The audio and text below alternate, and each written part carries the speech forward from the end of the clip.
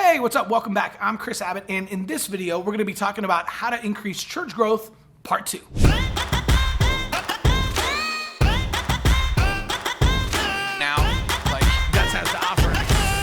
Okay, so if you're trying to grow your church and reach new families, one of the best places to look and model is Disney World. So in this video, we're going to be talking about Mickey's 10 Commandments and how you can use them at your church to attract new families and grow your church. All right, so first up, number 1, avoid overload. You want to resist the temptation to deliver too much information and to overload people. So during your services, this might mean only delivering 3 announcements during your announcement time.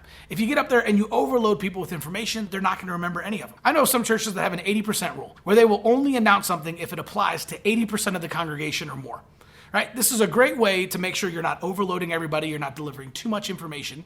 And this is a great principle that you can carry across to your website and your social media as well. Make sure every single one of your posts doesn't deliver too much information and doesn't overload people. Make sure that your graphic design isn't too busy and you don't have too much going on. Sometimes graphic designers can get a little carried away and they can make things so artistic that the message actually gets lost. So make sure that everything from your social media to your website to your church announcements is simple and easy to understand. Number 2, tell one story at a time. So this applies to way more than just actual storytelling and telling testimonials or stories in your church. This is every single thing that you're communicating. You're always communicating the next logical step.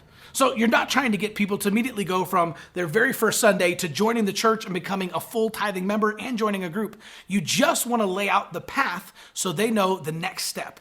Tell one story at a time. So the logical next step for a first-time visitor is to come back and become a second-time visitor.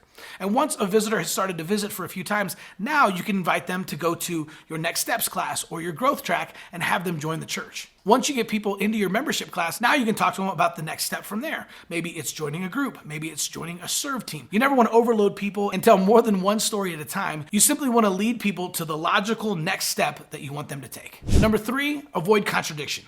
Now, knowing who you are and who you're reaching can give you a huge edge in ministry. You don't want to be a ministry that's trying to reach everyone. You want to go all in on who you can effectively reach. So maybe you're saying you're trying to reach young families with kids, but you actually have a ton of senior citizens and you don't even have a kids ministry. That's a contradiction. Another contradiction would be trying to be somebody that you're not. If you're a smaller church and you don't have all the lights and the fog and the sound systems that a larger church does, go all in on who you are as a smaller church. Right? Go all in on your messaging of, hey, are you looking for a smaller church where everybody knows your name? Are you looking for a church where you can look the pastor in the eye and shake his hand every single Sunday?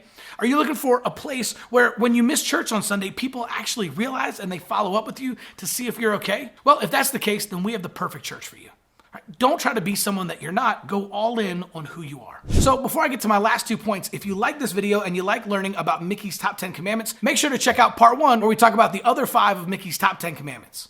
Number 4, for every ounce of treatment, provide a lot of fun. In the church world, this is taking a look at every single aspect of your service, of your building, and all the different members of the family. For example, I know of a church that bought an ice cream machine simply so they could give out free ice cream to kids every single Sunday. So literally every single Sunday, every time the doors are open, no matter who you are, as long as you're under age 12, you get an ice cream cone. What better way to get kids to fall in love with Jesus and their church than giving them free ice cream every single time the doors are open? It's fun and it's a great way to get kids to love coming to church. And finally, number 5, keep it up. Never underestimate how important it is to have a clean church and clean grounds. At my church, we have a rule. If you see it, you own it. So if you see a piece of trash, it doesn't matter if you're on staff or you're a volunteer or you just casually come to church. If you see it, you own it. So when you see a piece of trash, you pick it up.